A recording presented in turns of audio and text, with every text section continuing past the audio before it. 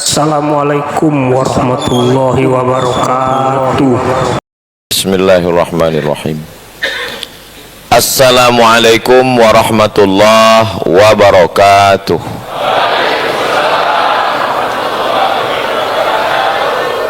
Apa kabar Bapak Ibu semua? Alhamdulillahi Rabbil Alamin. Allahumma salli ala Sayyidina Muhammad wa ala ali Sayyidina Muhammad.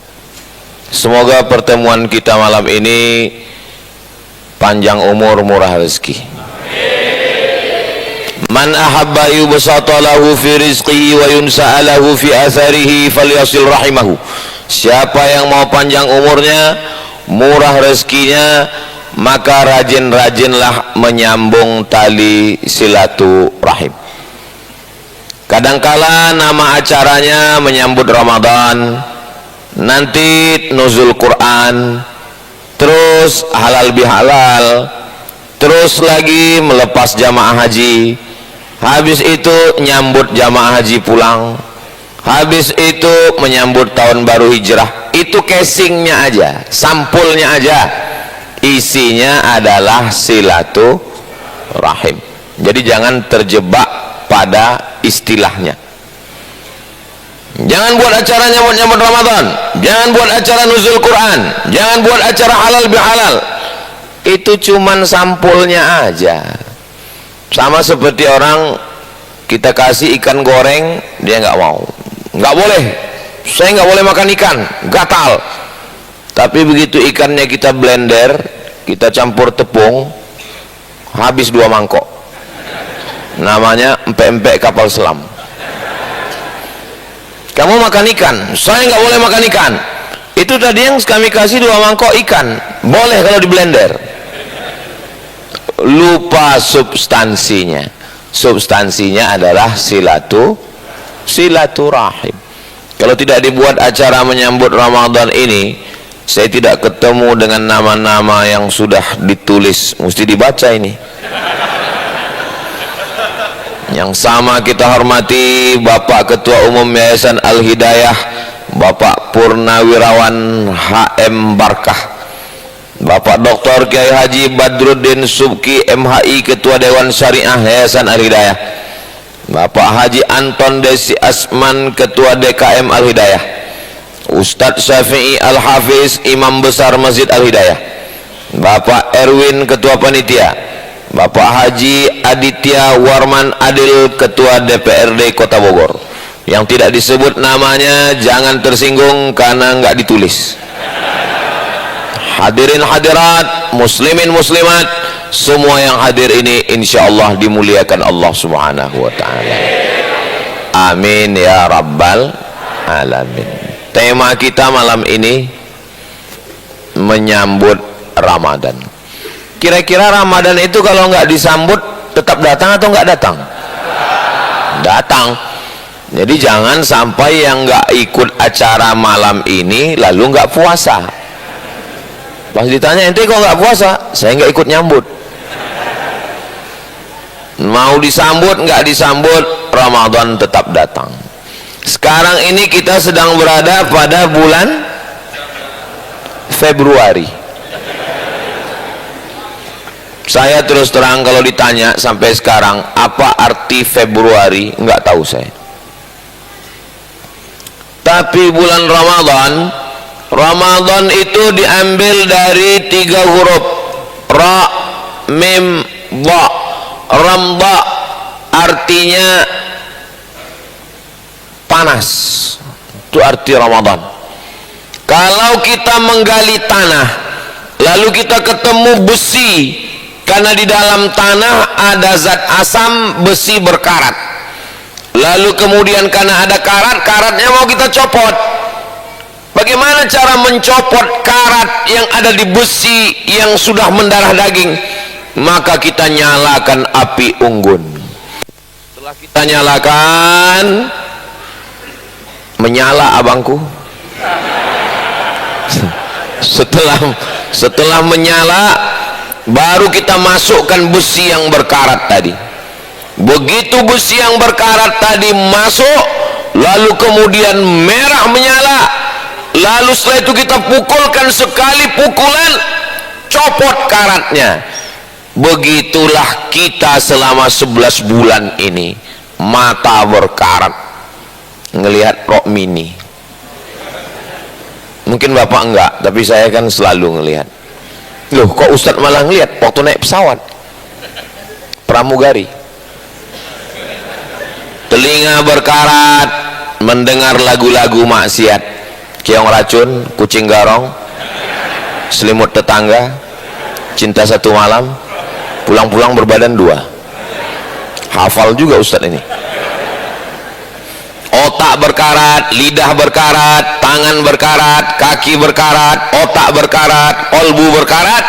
Maka kita yang sedang berkarat ini masuk ke dalam Ramadan yang panas, maka keluar dari Ramadan ini semua karat-karat kita rontok insyaallah. Kalau besi yang berkarat itu kita masukkan ke api, setelah itu kita pukulkan karatnya tidak rontok, dua kemungkinan. Yang pertama, kurang panas. Yang kedua, karatnya karat akut, memang nggak rontok-rontok lagi. Makanya nanti Ramadan itu memang betul-betul kita panaskan. Siap memanaskan Ramadan? Pas ditanya sama ibu-ibu, siap bu? Siap Pak Ustadz. Apanya yang panas? Kolak panas. Dipanaskan dengan ibadah-ibadah insyaallah. Amin ya rabbal. Itu makna Ramadan yang pertama. Makna yang kedua, Ramdha. Kebetulan saya kuliah di Mesir. Jadi di Mesir itu ada musim 4. Li'ilafi Quraisy ilafihim rihlatas syita Saib. Syita musim dingin, Saib musim panas, Rabi musim bunga, Kharif musim gugur. Jadi di Mesir itu 4 musim: Syita, Saib, Kharif, Rabi.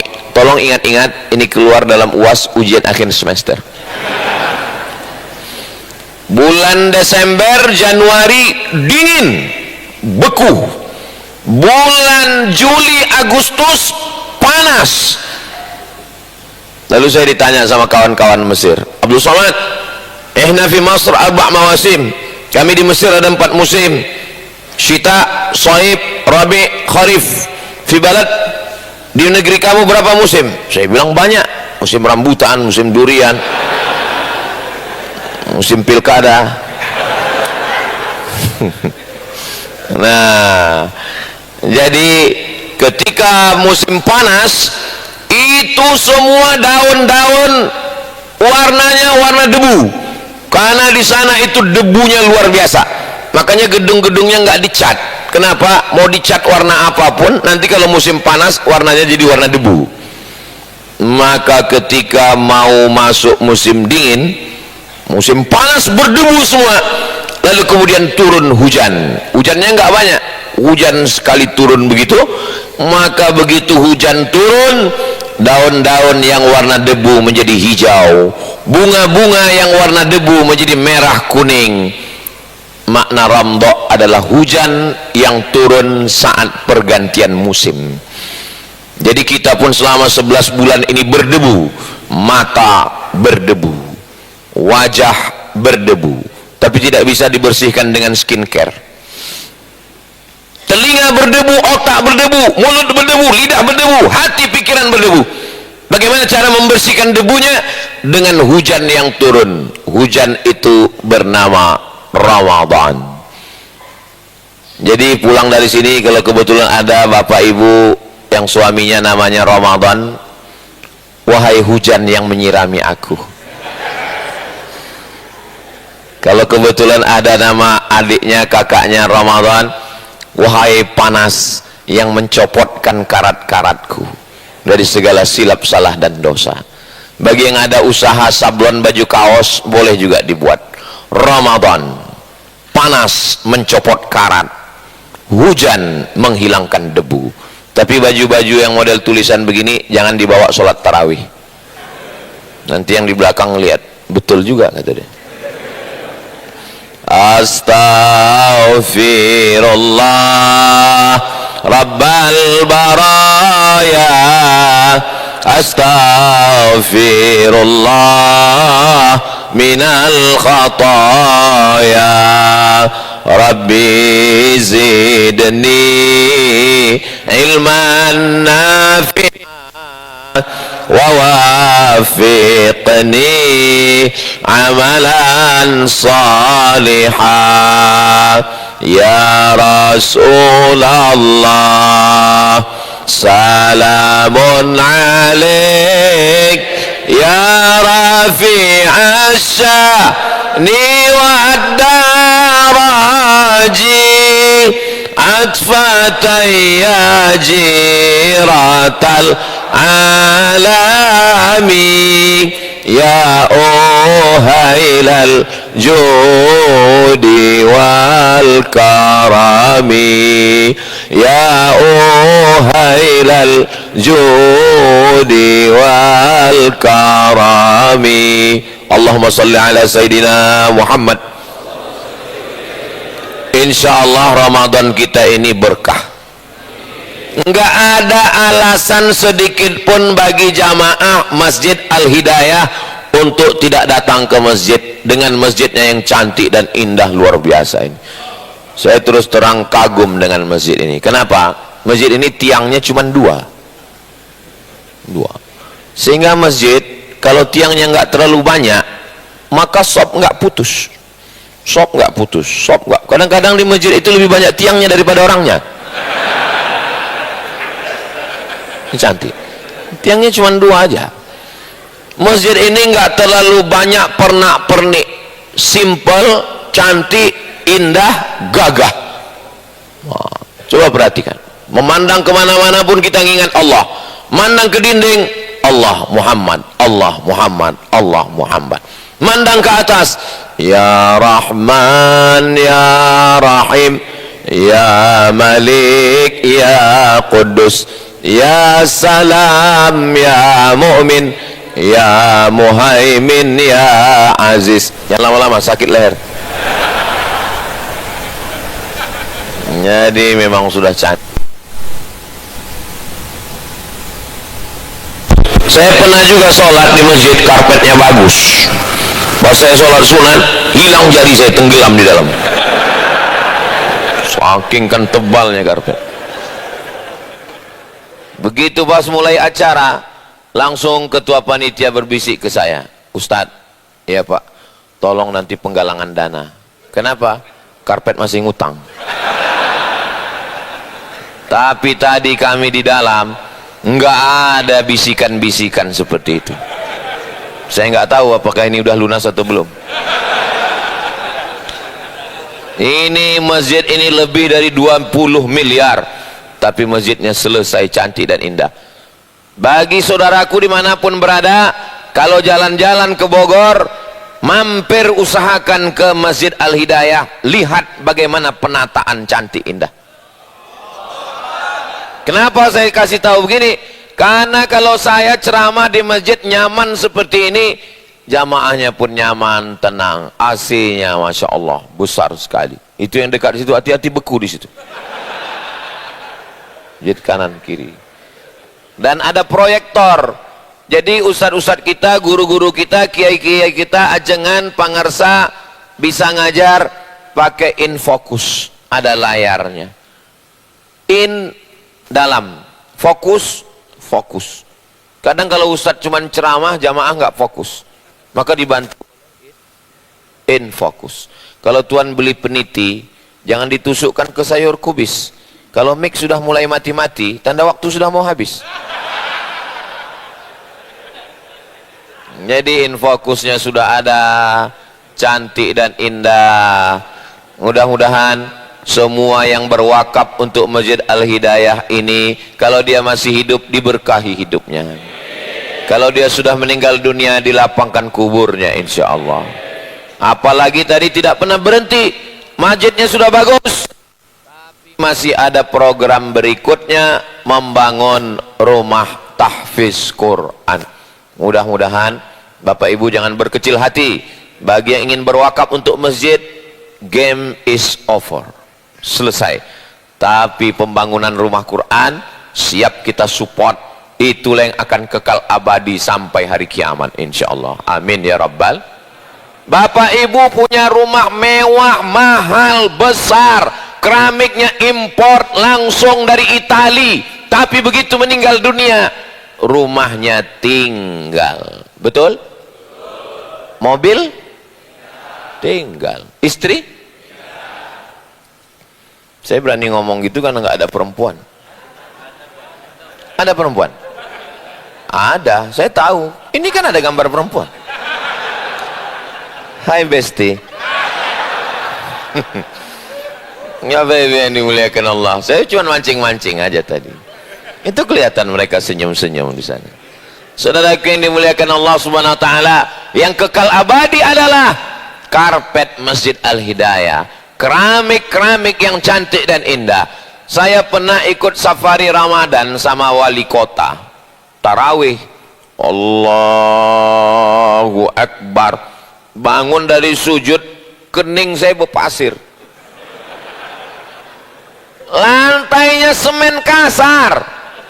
Tapi Masjid Al-Hidayah, jangankan lantainya, dindingnya aja pakai marmer. Bayangkan, andai ada tukang yang bisa masang marmer di atap, mereka pasang juga ini. Luar biasa ini masjid. Cantik, hebat, lengkap semuanya. Dari mulai pengurusnya, ustadz-ustadznya, kajian rutinnya, pembangunannya, fasilitasnya, imamnya, tahfiz Qur'annya, dan yang luar biasa sekali makanannya di dalam tadi. Ada pizza, ada nasi mandi, ada nasi, nggak usah saya ceritakan ya, sakit hati nanti. Ada kambing guling, dan ketika ditanya ini dari mana, semuanya dari jamaah Masjid Al-Hidayah. Ustaz kok tahu? Kami sudah buat foto endorse tadi di dalam. Artinya apa? Artinya bahwa sesama jamaah sudah saling tolong menolong, sudah kuat persatuannya, tinggal kita jaga, kita eratkan saja selama di bulan Ramadan ini. Nanti kita lanjutkan lagi ke bulan Syawal insyaallah. Amin ya rabbal. Pada malam hari ini yang mau saya sampaikan adalah 5 amalan inti bulan Ramadan. 5. Kenapa Ustaz Somad itu kalau ceramah pakai angka 3, 5, supaya jamaah mudah ngingat, dan saya pun ngomongnya nggak ngelantur ngalor ngidul kemana-mana. Pokoknya asal selesai 5 ini saya pulang. Dan mohon maaf kalau saya terlalu lama melihat ke depan, karena saya ngelihat jamnya sudah tepat itu di depan.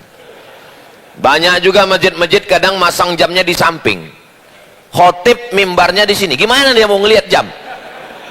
Jadi udah tepat itu letaknya di sana. Alhamdulillahirabbil alamin. Yang pertama, amal yang pertama nanti yang kita isi di bulan Ramadan adalah a'udzubillahi minasyaitonirrajim.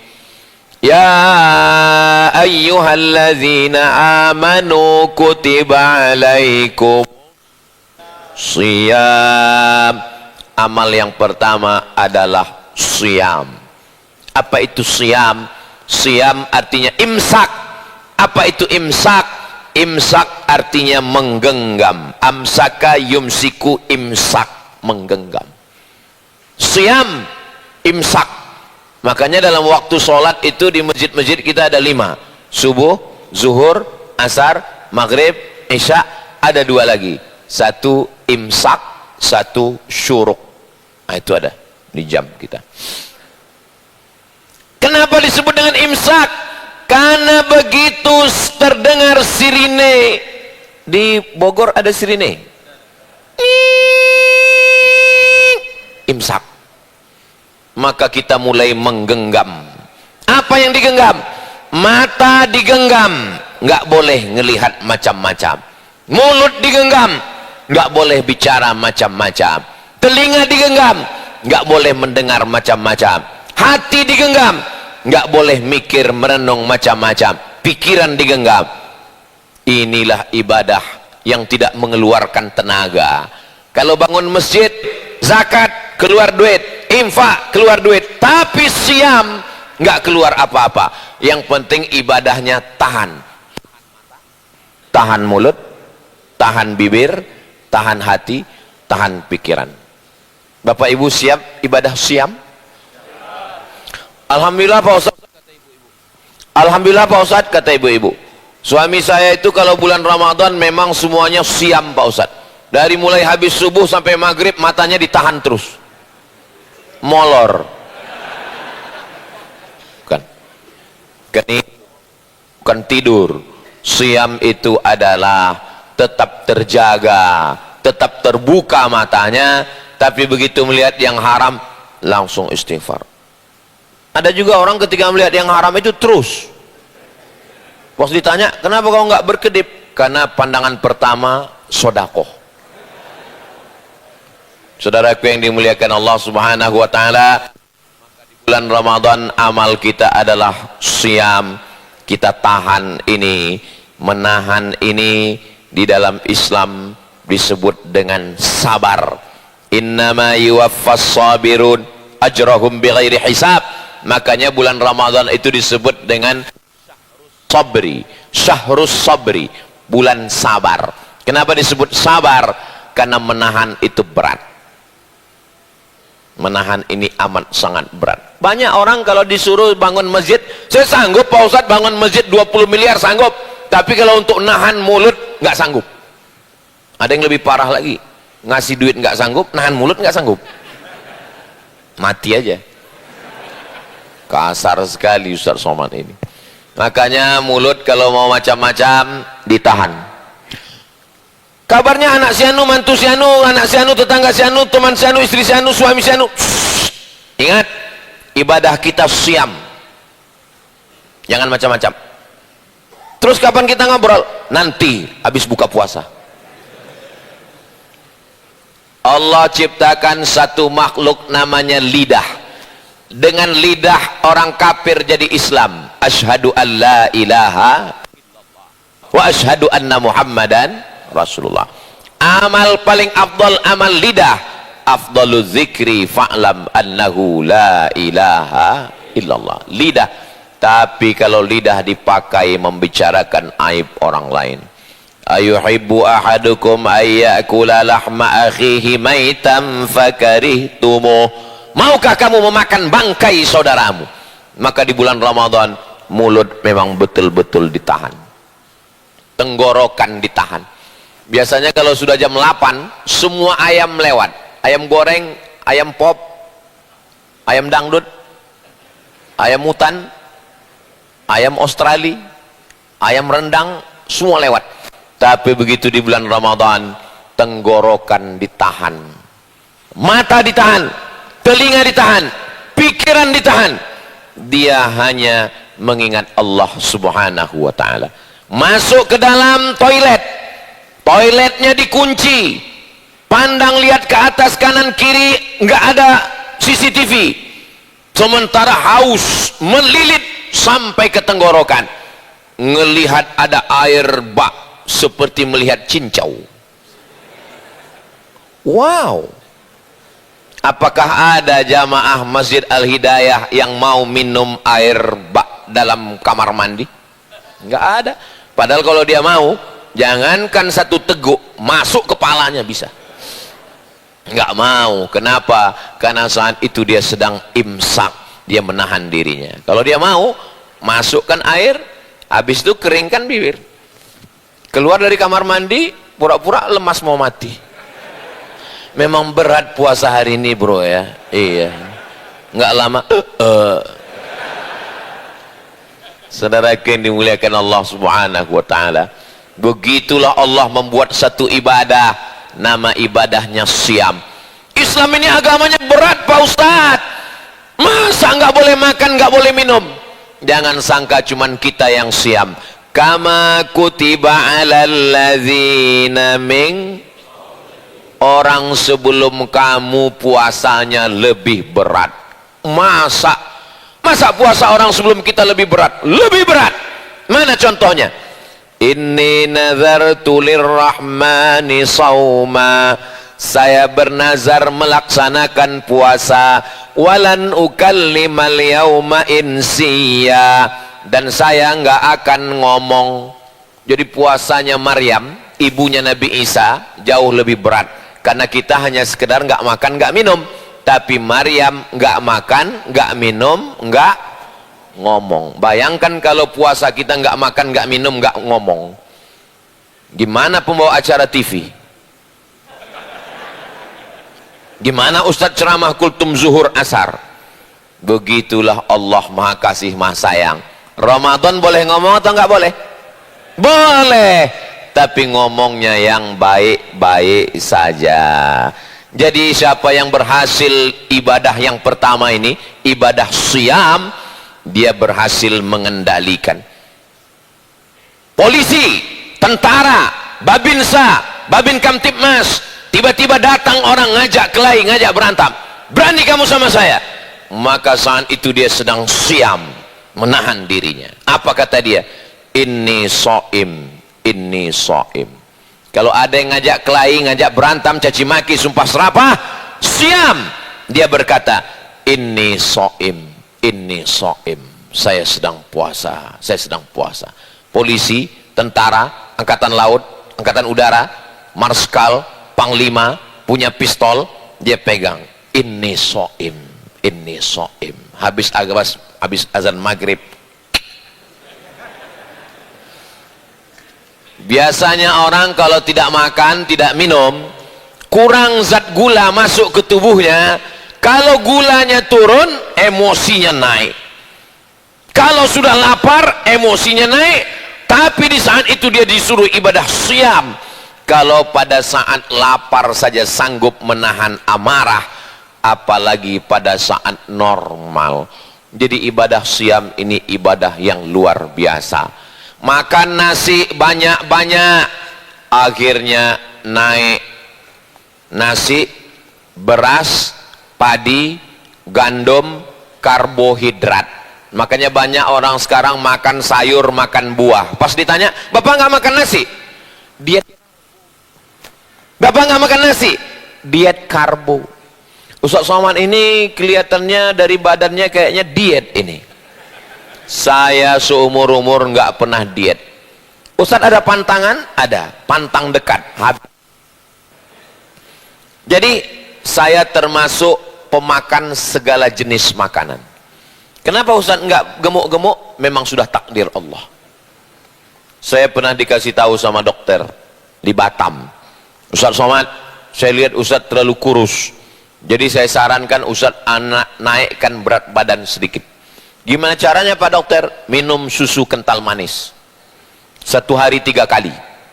Saya beli 90 saset, pagi siang malam, pagi siang malam, pagi siang malam. Setelah 1 bulan saya timbang, normal.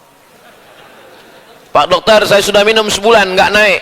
Kata dokter, kalau begitu berarti sudah takdir Ustaz. Yang kurus jangan sakit hati, yang gemuk jangan kecewa, yang penting sehat bisa beribadah. Betul? Hidup ini sebetulnya simple, sederhana. Yang susah itu mikirin omongan orang. Betul? Banyak yang ngaku ini. Dulu kalau kita tinggal di rumah sendirian, kunci pagar, kunci pintu, kunci kamar, tenang. Zaman sekarang kunci pagar, kunci kamar, di rumah, di kamar, nggak tenang. Kenapa? Di komen orang, Facebook, Instagram, Telegram, miligram, kilogram. Jadi kalau mau tenang, mati. Ya mati kan nggak bisa dipaksa Pak Ustadz. Ada jenazah lewat, ikut. Imam Ahmad bin Hambal pernah ditanya, Imam Ahmad bin Hambal, Imam Hambali, Imam mazhab yang keempat, kapan manusia ini tenang? Mata ladzatur rahah. Kapan manusia ini tenang? Ketika telapak kakinya pertama kali nginjak surga, disitulah kita akan menemukan ketenangan. Di dunia ini kita nggak akan pernah tenang. Insya Allah, sebagaimana Allah kumpulkan kita malam ini di Masjid Al-Hidayah, berkumpul juga kita nanti di surga Jannatul Firdaus. Amin ya Rabbal